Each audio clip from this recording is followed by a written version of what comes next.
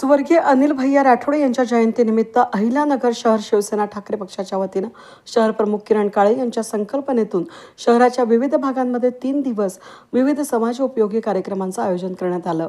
स्नेहालय या सामाजिक संस्थेतील हरिजन वस्त्यांमध्ये चालवणाऱ्या वंचित घटकांमधील मुलांसाठीच्या शैक्षणिक प्रकल्पातील विद्यार्थ्यांना जयंतीच्या दिवशी वह्या वाटप करण्यात आलं।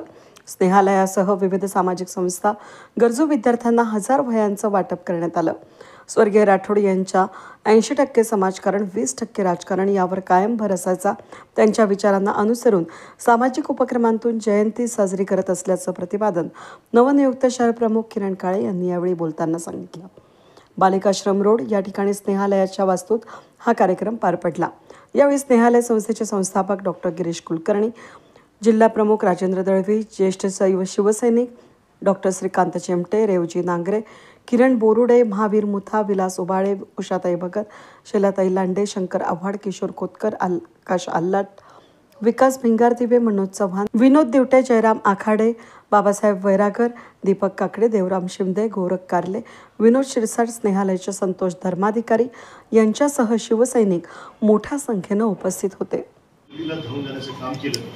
असे स्वर्गीय अनिल भैया राठोड, ज्याला आपल्या नेत्याची जयंती असते आणि तो नेता लोकांनी ज्याला जननायक म्हटलेलं असतं की त्याचं आयुष्य अख्खं सतत लोकांमध्ये घालतं। म्हणजे मगाशी गिरीदादा सांगत होते, मी खूप बारकाईने ऐकत होतो, त्याच्यात डॉक्टर चिमटे सरांनी पण सांगितलं ते ऐकलं, मागे नागरे दादा असतील किंवा किरण भाऊ असतील, सगळ्या सहकार्याकडनं ऐकतोय की कशा काय की माझं दुर्भाग्य मी समजतो की मला भैयांचा सहवास तसा लागला नाही। म्हणजे ज्यावेळेला 2019ची गोष्ट आहे, भैयांनी मला एकदा फोन केला, बोले भैया तू बोले आपल्याला भेटायचं बोलायचं आपल्याला। म्हटलं भैया तुम्ही आदेश करा येतो, म्हणजे लगेच ये। मग मी गेलो भैयांकडे की आपण एक काम करू, बोले की घरी बसू, बोले वरती घरी वरती जिना सगळ्यांना उजव्या हाताला एका खोलीमध्ये आम्ही बसलो।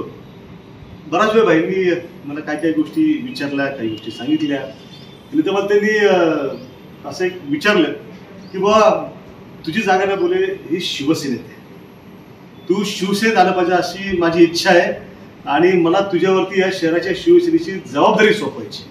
अगदी स्पष्ट बोलले ते, खूप स्पष्ट।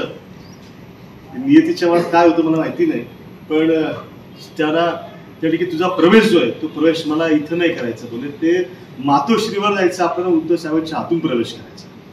म्हणजे नागदादा हे ठरल्यावर काय म्हणजे की मातोश्रीवरलं, म्हणून ते राजभोया त्या ठिकाणी लांबली, आणि लांबल्यानंतर त्या ठिकाणी कोरोनाचं पण नंतर सगळं सुरू झालं, लागूनच सगळ्या गोष्टी त्याला घडल्या। म्हणजे 2-2.5 वर्ष काळ सगळ्यात कोरोनाच गेला महाराष्ट्र सरकारचा, आणि त्यावेळेला भैयांना कोरोनाने गाठलं। खरं तर हा अहिल्यानगर शहराच्या इतिहासातला अत्यंत वाईट दिवस मी म्हणेल।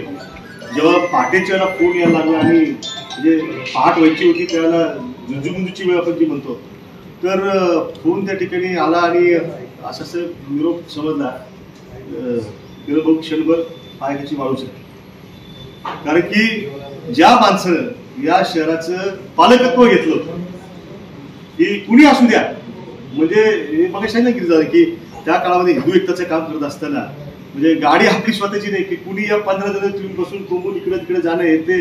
म्हणजे लोक मला हे सांगतात की अरे बाबा समजा आपण आलो शिवालयात भैयांना भेटायला, भैया नसते घरी गेलो, घर काही दार बंद नव्हतं कधी कुणाला, कुणी घरात सुद्धा येऊ शकत होतं प्रत्येक ठिकाणी, अपॉइंटमेंट लागायची नाही, भैया स्वतःचे पीए होते। तर आत गेले की भैया समजा ताटावर जेवत असेल ना, तर भैया ते खरकटा हात घेऊन उठणार, घास तसाच ठेवणार, शर्ट घेणार, उतरता पायऱ्यांवरती तो शर्ट टांगणार, अंगावरती घालणार, टांगणार, आणि त्याच्या मागे बसून गाडीवर जाणार, चल तुझं काय सांग नाही का, हे असं भिडायचा भैयाचा स्वभाव सगळ्या त्या ठिकाणी होता। पुढं राहिलं पाहिजे, आम्ही सगळं आहेच बरोबर, परंतु काही गोष्टीचं लिमिटेशन असतं। आम्हाला जिल्हा पाहायचा, तुम्ही शहरात येत, शहरामध्ये चांगलं काम करावं, आणि म्हणजे जसं भैयांचं काम आहे किंवा भैया जे काम करत होते तसंच गिरीजींचं काम चालू आहे। एका बाजूला हे जे काम आहे हे सुद्धा महत्वाचं आहे, कारण की त्याला ते काम सुद्धा काही सोपं नसतं। सगळ्या सुरुवातीपासून तर त्या शेवटपर्यंत त्या गोष्टीला पैसा लागतो, फिरावं लागतं, लोक जमावं लागते, सगळ्या गोष्टी असतात. आणि म्हणून खरं म्हणजे आपल्या न्यायालयाला सुद्धा मी खूप खूप धन्यवाद देतो गुरुजी की आपण जे काम करतात ते खूप मोठं आहे काय. आणि तसंच काम त्या ठिकाणी या नगर शहरामध्ये खरं म्हणजे भैया करत होते. आणि त्यांना जे अभिप्रेत काम आहे ते खरं म्हणजे आम्ही शिवसेनेच्या माध्यमातून या ठिकाणी करत असतो. कधी तुम्हाला काय अडचणी वाटल्या तर आमचे फोन आहेत, किरण भाऊचा नंबर आहे, आमचे सगळ्यांचे नंबर आहे, तुम्ही कधी अर्ध्या रात्री फोन करा. शिवसेना नक्कीच तुम्हाला मदतीचा हात या ठिकाणी दिल्याशिवाय राहणार नाही.